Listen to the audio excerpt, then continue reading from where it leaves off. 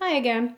Now that we have our forms drawn with our lines, now we're going to actually shade them just using our regular pencil to make them look like the actual 3D forms. So here's the actual three-dimensional form sitting on a piece of paper just with the light coming in my window. But look what happens when I turn a light on.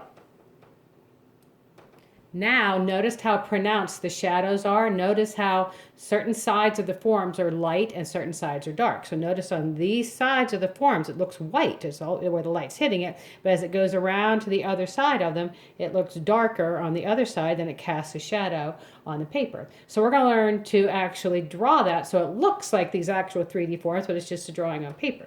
So let me move those out of the way. And here's our drawing that we started with just with our lines, okay? Now we're going to actually do some shading. We're just going to use a regular pencil, just like a regular pencil. We need it nice and sharp. We're not using the point of it. We're going to use that nice wide fat edge.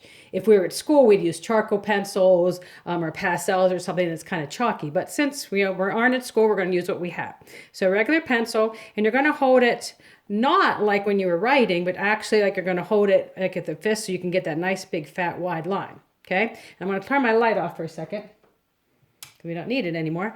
Now what I'm going to do is pretend my light's coming in from the right, and I'm going to take my pencil and I'm going to use the fat edge like this, and I'm going to do my first cone here.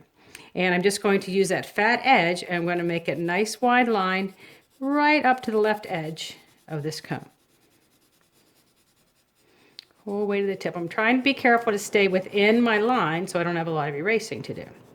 Then, as I get closer to my light, which is coming from the right-hand side, I want to maybe not press as hard, okay, and make it a little bit lighter, blend it out. I can even turn my paper different directions, and I can get this blended so it looks like it's going around that surface and gradually getting lighter.